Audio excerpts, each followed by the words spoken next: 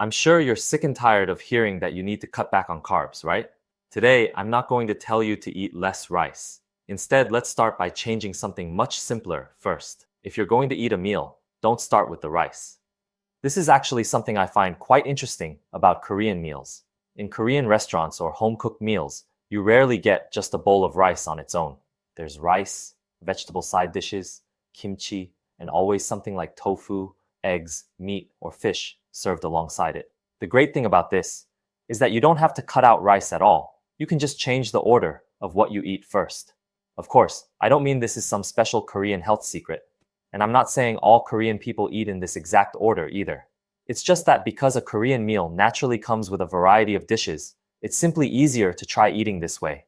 But what happens when you sit down to eat when you're absolutely starving? I do it too. I start with a big spoonful of rice, and then another spoonful. Before you know it, you're eating faster and faster. But there's some very interesting research on this.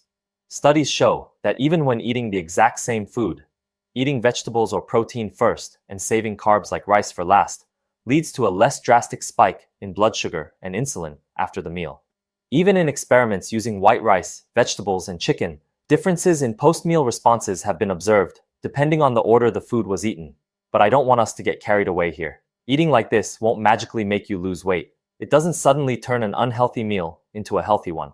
And when people hear about this, they tend to overcomplicate it and try too hard. Exactly how many grams of vegetables should I eat? How many grams of protein? When exactly do I start eating the rice? I really don't think you need to go that far. Eating isn't an exam, is it? There's no need to create a bunch of rules to follow just to eat healthy. But actually, what I like about this even more than the blood sugar numbers is that you don't have to give up the foods you love. You can still eat rice, you can eat bread, and you can eat pasta. You're just slightly changing how you start. When we decide to manage our health, we always make these huge resolutions. Starting tomorrow, I'm not eating carbs. So we cut out rice, cut out bread, and eat a tiny salad for lunch. But just because you ate a small lunch doesn't mean your afternoon schedule gets any lighter. You still have meetings, you have to commute, and you have to take care of the kids.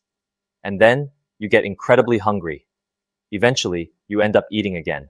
And then you think, I guess I should have cut back even more. Before falling back into that vicious cycle, instead of stressing over what else to cut out, why don't we try changing how we eat? For example, let's say you have a Korean-style meal. There's rice, vegetable side dishes, and some meat or tofu. You don't need to throw away the rice. If it were me, I'd take the first few bites from the vegetables or protein-rich foods. And after that, just eat the rice along with everything else like you normally would. That's it. The first few bites I mentioned isn't some scientifically proven number. It's just a simple guideline I came up with to apply the research to daily life without making it too complicated. You don't need to time yourself down to the minute or count exactly how many bites you take. And this isn't a method that only works with Korean food either. On days you have pasta, you can start with a little salad or protein first.